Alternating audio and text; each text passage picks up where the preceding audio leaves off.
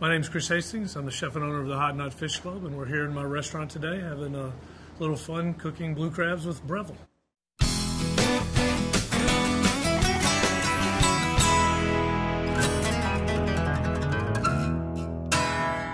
Yesterday we had the real pleasure and fortune to wake up early in the morning, be on the dock with Andy and Tim, multi-generational crabbers out of Mobile Bay, and have him take us out into his world.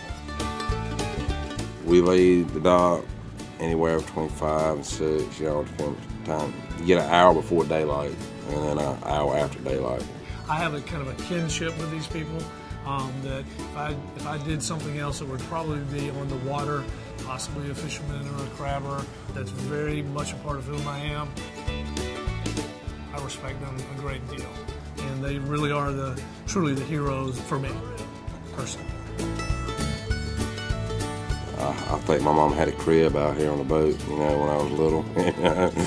I'm pretty sure, I mean, I was young, you know, when I could get on the boat with my daddy, I went, you know, it was just, and my grandpa, it was the same way, you know, it was just generation after generation.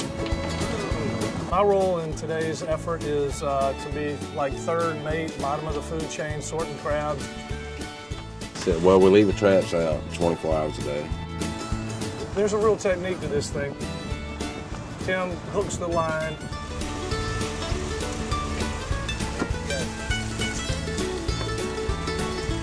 As you dump the excess bait, then you got to shake the crabs from the top of the trap down into the catch pit, and you got to do it pretty quickly because, you know, there's another trap just around the corner, so you got to dump them, sort them, rebait, put it back in, repeat. And then we box them up, you know, and bring them to the shop. These are blue crab. Crabs are indigenous to the Gulf and the eastern shore. Me personally, I've eaten crabs all over the world, and this is the finest crab you'll eat. Put in your mouth.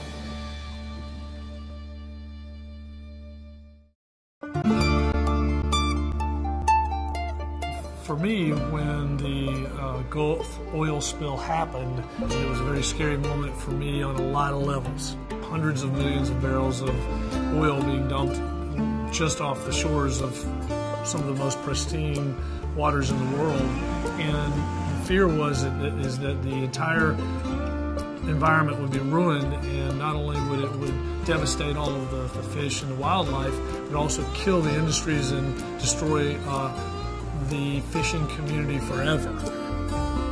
So if you fast forwarded from that very kind of scary moment to today, the Gulf has become the single most tested water in the world. And there's virtually no indication that there's any effect from the oil spill, which is extraordinary, quite frankly, and very hopeful. The seafood is safe. I'll take some of these crabs back to Birmingham, where we'll prepare 3 different dishes and just eat some delicious crab out of Mobile Bay. So let's talk a little bit about what everyone's doing here. So every day in our restaurant, we sit down at 4:30.